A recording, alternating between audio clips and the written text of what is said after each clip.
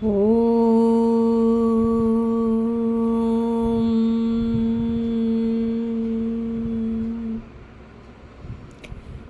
सप्तदशोऽध्यायः। अर्जुन उवाच ये शास्त्रविधिमुत्सृज्य यजन्ते श्रद्धयान्विताः तेषां निष्ठा तु का कृष्णसत्त्वमारोहजस्तमः।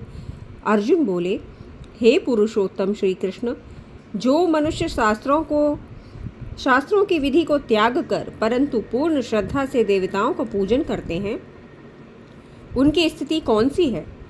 सात्विक है या राजसिक है या फिर तामसी है? अर्थात ऐसे व्यक्ति जिनको शास्त्रों का ज्ञान नहीं, उनने, या ये भी कहा जा सकता है क्योंकि उन्होंने त्याग कर लिखा है, तो ज्ञान तो है किंतु त्याग दिया है शास्त्रों की विधि को, पर श्रद्धा पूरी तरह से देवताओं पर है तो उनका पूजन करते हैं। तो उनकी स्थिति कौन सी है? सात्विक, राजसिक या तामसिक? श्री भगवानुवाच त्रिविधा भवति श्रद्धा देहिनां सा स्वभावजा सात्विकी राजसी चैव तामसी चेति तां शृणु। श्री भगवान बोले, मनुष्यों की यह शास्त्रीय संस्कारों से रहित स्वाभाविक श्रद्धा सात्विकी, राजसी और तामसी तीनों प्रकार की हो सकती है। उनको तू मुझसे सुन। जो श्रद्धा कही गई है, स्वाभाविक संस्कारों से रहित स्वाभाविक श्रद्धा सात्विकी, राजसी और तामसी तीनों प्रकार की हो सकती है। अर्थात संस्कार शास्त्रीय होते हैं। जो मनुष्यों की यह शास्त्रीय संस्कारों से रहित, स्पष्ट यहाँ पर दिया गया है, श्री भगवान बोलते हैं कि मनुष्यों की यह शास्त्रीय संस्कारों से रहित स्वाभाविक श्रद्धा सात्विकी, राजसी और तामसी तीनों प्रकार की हो सकती है। उनको तू मुझसे सुन। सत्वानुरूपा सर्वस्य श्रद्धा भवति भारत श्रद्धामयो अयम पुरुषो यो यच्छ्रद्धः स एव सः। हे भारत, सभी मनुष्यों की श्रद्धा उनके अंतःकरण के अनुरूप होती है। अंतःकरण मैंने आपको पिछले वीडियोस में भी बताए हैं, तो अपना आध्यात्मिक जगत चैनल को सब्सक्राइब कीजिए और सभी वीडियोस का अध्ययन कीजिए। आपको सभी मार्ग, सभी तरह की विधियों के बारे में पता चलेगा। और प्राचीन विधि जो मैंने बताई है परमात्मा तक पहुंचने की, अर्थात जो अनुभव गम्य है, तो उसका अनुसरण अवश्य कीजिए। तो अपना आध्यात्मिक जगत चैनल को सब्सक्राइब कीजिए। और अंतःकरण के बारे में भी पिछली वीडियोस में मैंने आपको बताया है, तो आप भी मुझे बताइए कि कौन कौन से होते हैं अंतःकरण, कितने प्रकार के हैं, कमेंट जरूर कीजिए। तो हे भारत, सभी मनुष्यों की श्रद्धा उनके अंतःकरण के अनुरूप होती है, इसलिए जो मनुष्य जैसी श्रद्धा वाला है वह स्वयं भी वही है। अच्छा, जैसी उसकी श्रद्धा है वह भी वैसा ही है। यजन्ते सात्विका देवान्यक्षरसांसि राजसाः प्रेतान् भूतमांश्चान्ये यजन्ते तामसा जन्नाः। सात्विक पुरुष देवों को पूजते हैं। जो सात्विक पुरुष हैं वो देवों को पूजते हैं। राजस पुरुष यक्ष और राक्षसों को, देखिए जो राजस पुरुष होते हैं वो यक्ष और राक्षसों को पूजते हैं। और अन्य जो तामस मनुष्य हैं वे प्रेत और भूत गणों को पूजते हैं। ये हो गए उनके आराध्य। सात्विक पुरुषों के देवता हैं, राजस पुरुषों के यक्ष और राक्षस, और तामसी मनुष्यों के भूत प्रेत। तो अशास्त्र विहितं घोरं तप्यन्ते ये तपो जनाः दम्भांकार संयुक्ताः कामरागबलान्विताः कर्षयन्तः शरीरस्थं भूतग्रामं चेतसः मां चैवान्तः शरीरस्थं तान् विद्धयासुरनिश्चयान्। इससे आपको ये भी ज्ञात हो जाएगा कि कौन किस प्रवृत्ति का मनुष्य है, किस प्रकृति का है। देवों को पूजने वाला आपको सात्विक जानिए, और यक्ष और राक्षसों को पूजने वाले को राजसी जानिए, और रजोगुण से युक्त है अर्थात, और तमस से जो युक्त है वह मनुष्य भूत प्रेतों को पूजेगा। तो जो मनुष्य शास्त्र विधि से रहित केवल मन कल्पित घोर तप को करते हैं, मन कल्पित अर्थात जैसा मन में आए, जैसा विचार आया वैसा शुरू हो गए, वैसा ही कार्य प्रारंभ कर दिया। तो मन कल्पित घोर तप को कर तपते हैं तो तथा दंभ और अहंकार से युक्त एवं कामना, आसक्ति और बल के अभिमान से भी युक्त हैं, जो अपने शरीर और अंतःकरण में स्थित मुझ परमात्मा को भी क्रश करने वाले हैं, उन अज्ञानियों को तू आसुर स्वभाव वाले जान। देखिए, परमात्मा का भी जो अपकार कर दें उन्हें आसुर स्वभाव वाले जानना चाहिए। करते सभी अपने ही कर्मों से हैं, तो शास्त्र विधि से रहित केवल मन कल्पित घोर तप को तपते हैं, और दंभ अर्थात पाखंड और अहंकार, घमंड से युक्त होकर कामना, आसक्ति और बल के अभिमान से भी युक्त हैं, जो अपने शरीर और अंतःकरण में स्थित मुझ परमात्मा को भी क्रश करने वाले हैं, अर्थात क्षीण करने वाले हैं। उन अज्ञानियों को तू आसुर स्वभाव वाले जान।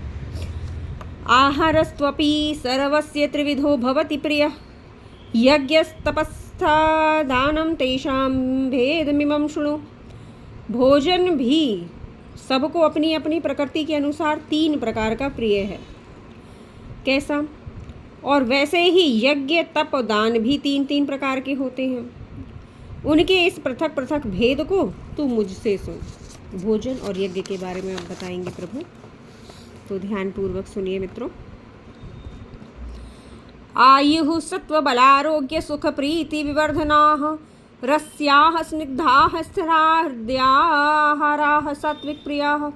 सात्विक भोजन कैसा होता है?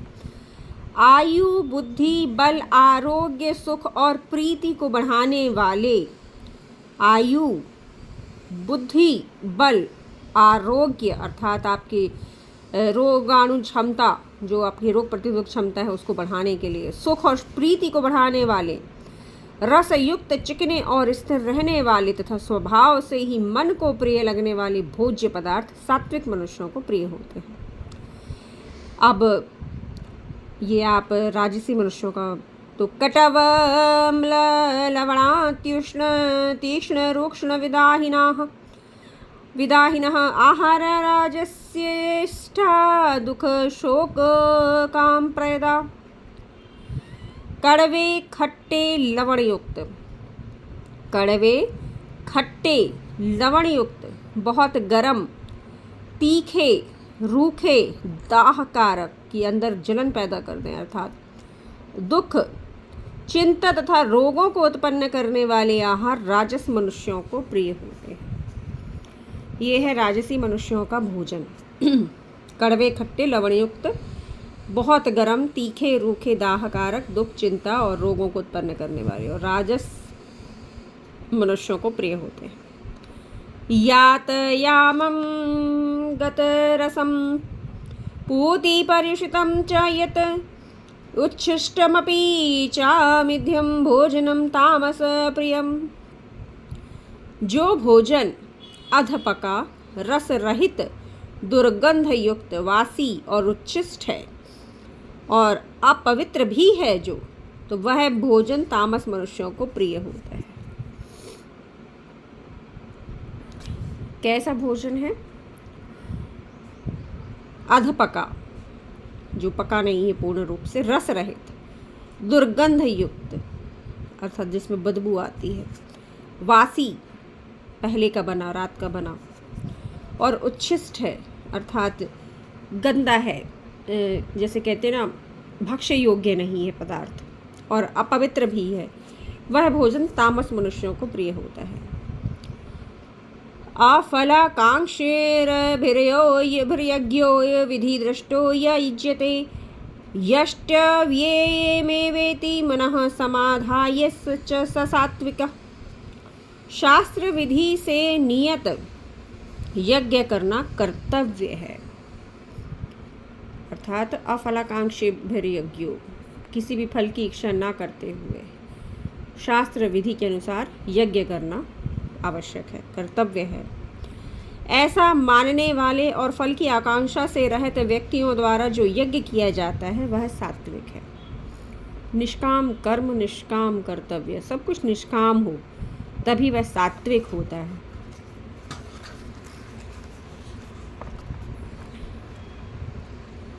अभिसंधाय तु फलम भात्यज्ञमपि चैव यत् इज्यते भरत श्रेष्ठ तम यज्ञम विधि राजसम, फल को दृष्टि में रखकर और अथवा दंभ पूर्वक जो यज्ञ किया जाता है उस यज्ञ को तू राजस जान। सकाम यज्ञ या सकाम कर्म राजसी कहलाता है, तो नहीं करना चाहिए। दंभ अर्थात घमंड या पाखंड को धारण करके जो यज्ञ किया जाए वह राजसी यज्ञ है। विधिहीनम सृष्टान्नम मंत्रहीनम दक्षिणम, श्रद्धा विहरतम यज्ञम तामसम परिचक्षते। शास्त्र विधि से हीन, अन्नदान से रहित, बिना मंत्रों के, बिना दक्षिणा के और बिना श्रद्धा के किए जाने वाले यज्ञों को तामस यज्ञ कहते हैं। तो राजसी यज्ञ आपने ध्यान दिया कि सकाम यज्ञ जो होता है कि कोई इच्छा आपने धारण कर रखी है, फल बदले में धारण कर रखा है कि मुझे ये प्राप्त हो, उसी को ध्यान में रखकर जो यज्ञ घमंड पूर्वक, दंभ पाखंड पूर्वक किया जाता है वो राजसी है। अब तामसी क्या है कि शास्त्र विधि से हीन, शास्त्रों का निरादर करते हुए, शास्त्र विधि की अवहेलना करते हुए, अन्नदान से रहित, अन्नदान को कोई महत्व नहीं दिया गया, अन्नदान नहीं किया गया, बिना मंत्रों के, कोई मंत्र नहीं, कोई दक्षिणा नहीं, और बिना श्रद्धा के, कोई विश्वास नहीं परमात्मा पर, तो ऐसे यज्ञ को तामस यज्ञ कहते हैं। देव द्विज गुरु प्राज्ञ पूजनम शौचमार्जवम, ब्रह्मचर्य हिंसा च शारीरम तप उच्यते। अब उच्च कौन सा है, श्रेष्ठ कौन सा है? तो देवता ब्राह्मण अपनों से बड़ों और ज्ञानी जनों का पूजन, देवता ब्राह्मण अपनों से बड़ों और ज्ञानी जनों का पूजन तथा पवित्रता, सरलता, ब्रह्मचर्य और अहिंसा का आचरण शरीर संबंधी तप कहा जाता है। शरीर संबंधी तप कौन सा है? देवता ब्राह्मण अपनों से बड़ों और ज्ञानी जनों का पूजन करते हुए पवित्रता, सरलता को धारण करना है, ब्रह्मचर्य को धारण करना, अहिंसा को धारण करना है, अहिंसा का आचरण करते हुए शरीर संबंधी तप कहा जाता है। अनुद्वेग करम वाक्यम सत्यम प्रियहितम च यत्, स्वाध्यायाभ्यसनम चैव चैव वाङ्मयम तपुच्यते। जो उद्वेग ना करने वाला, प्रिय और हितकारक सत्य भाषण है और जो वेद शास्त्रों के पठन और परमेश्वर के नाम जप का अभ्यास है वह वाणी संबंधी तप कहा जाता है। तो वाणी संबंधी तप, अभी शरीर संबंधी तप आपने देखा, अब है वाणी संबंधी तप। जप बहुत आवश्यक है, बहुत ही आवश्यक है। मैं अपने अनुभव से भी आपको कह रही हूँ प्रत्यक्ष, क्योंकि जो भी है मैंने आपको बताया भी है कि मैं मानती नहीं, मैं जानती हूँ। जप बहुत आवश्यक है। आप ओम अक्षर का जप, आरंभ में आप राम नाम का जप कर सकते हो, ओम नमः शिवाय का कोई भी एक नाम पकड़ लीजिए। राम नाम श्रेष्ठ है क्योंकि परमात्मा का ही वह पर्यायवाची नाम है राम। जितना राम राम राम जप सकते, कबीरदास जी ने भी जपा, आप जिनको भी देखेंगे उन्होंने जपा है। यह तो श्री कृष्ण का नाम जप लीजिए, लेकिन राम नाम इतना इतना असरकारक है, इतना पवित्र है कि मैं आपको बता नहीं सकती उसके गुण। तुलसीदास जी ने ऐसे ही नहीं कह दिया कि राम न सकहि नाम गुण गाई, स्वयं भगवान राम, यहाँ नाम भगवान की बात चल रही है। नाम भगवान इतने श्रेष्ठ हैं कि स्वयं राम भगवान भी उनका गुणगान नहीं कर सकते हैं। और जब आप राम नाम की अकल्पनीय योग्यता प्राप्त कर लेंगे अर्थात इतना जप लेंगे आप कि ब्रह्म रूप में आपको राम नाम के ही दर्शन होंगे, वे परम प्रभु स्वयं आपको दर्शन देंगे। और मित्रों, मैंने अपने पिछले वीडियोस में भी आपको बताया कि तुलसीदास जी ने बिल्कुल सही वर्णन किया है उनका, जो आभूषणों का और जो मकराकृत कुंडल हैं बिल्कुल सही। जब आप उन्हें देखेंगे ना, विभिन्न आभूषणों से युक्त मकराकृत कुंडल, किरीट उनके मस्तक पर अर्थात मुकुट, जनेऊ, मैं आपको क्या बताऊं, उस रूप की प्रशंसा और उस रूप के वर्णन करने में मेरी वाणी सकुचाती है। आप उस ओर बढ़िए और वह अनुभव, दिव्य अनुभव प्राप्त कीजिए। बहुत अद्भुत है, वाणी से नहीं कहा जा सकता, वह अनुभव गम्य है, बहुत ही अद्भुत है। जो उद्वेग न करने वाला प्रिय और हितकारक सत्य भाषण है। सत्य बोलना बहुत आवश्यक है मित्रों, बहुत आवश्यक है। वेद शास्त्रों के पठन और परमेश्वर के नाम जप का अभ्यास है, वह वाणी संबंधी तप कहा जाता है। मनः प्रसादः सौम्यत्वं मौनमात्म विनिग्रहः भाव संशुद्धिरित्येतपो माग समुच्यते। कोई भी आपका जो भी आपके ऐसा लगता है कि हम जीत नहीं पा रहे हैं, विजय नहीं कर पा रहे हैं मन पर या बुद्धि पर, तो परमेश्वर पर छोड़ दीजिए। बार बार जो आपके भीतर है उनसे बोलिए कि हे प्रभु, मैं हार रहा हूँ, मुझ में क्षमता नहीं कि मैं जीत सकूँ इस मन और बुद्धि से, इस अंतःकरण से, तो कृपया मेरी सहायता कीजिए। एक बार दो बार आप स्वयं महसूस करने प्रारंभ कर देंगे कि वे आपकी सहायता करते हैं। मुझे तो जब भी, क्योंकि ये मेरी मानवीय प्रकृति है, निश्चित ही तौर पर बदलाव आता रहता है, तो मैं तो सीधे प्रार्थना करती हूँ अपने प्रभु को, बाहर किसी से कहने की आवश्यकता ही नहीं। जब भी ऐसा लगता है कि अब मैं स्वयं का नियंत्रण खो रही हूँ या कुछ भी ऐसा कोई मेरे भीतर द्वेष या कुछ भी घृणा का भाव थोड़ा सा भी प्रस्फुटित हो रहा है, तो मैं प्रभु से कहती हूँ कि प्रभु बचा लीजिए मुझे, क्योंकि मुझ में क्षमता नहीं है कि मैं सदा सदा पवित्र रह सकूँ या सदा से ही कुछ भी ऐसा धारण कर सकूँ। तो परमात्मा अवश्य सहायता करते हैं, निश्चित मानिए अवश्य सहायता करते हैं वे परम प्रभु आपकी। वे बहुत ही करुणामय, बहुत ही दयालु हैं मित्रों। वे हमारे परम मित्र हैं, परम सखा हैं, ऐसे ही नहीं कहा गया उन्हें, परम सखा हैं वे हमारे। मन की प्रसन्नता, शांत भाव, भगवद चिंतन, मन का निग्रह और हृदय तथा भावों की पवित्रता, इन्हें मन संबंधी तप कहा जाता है। मन अगर शुद्ध हो जाए, निर्मल हो जाए, तो ये गुण उसमें अवश्य आ जाते हैं। मन की प्रसन्नता, मन में कोई चिंता, कोई द्वेष, कोई घृणा नहीं, मन प्रसन्न है, शांत भाव है अर्थात चित्त शांत है, भगवद चिंतन है, प्रभु का चिंतन चल रहा है मन में, मन का निग्रह अर्थात मन अब भागता नहीं है कहीं भी, हृदय और भावों की पवित्रता, बहुत पवित्र हो चुका है आपका हृदय, आपके भाव औरों के प्रति दया है, करुणा है, प्रेम है, तो मन संबंधी तप कहा जाता है। ये मन का तप है, बहुत आवश्यक है ये मन का तप, क्योंकि इच्छा रहित मन ही इन भावों को प्राप्त करता है। श्रद्धया परया तप्तं तपस्त्रिविधं नरैः आफलाकांक्षभिर्युक्तैः सात्विकं परिचक्षते।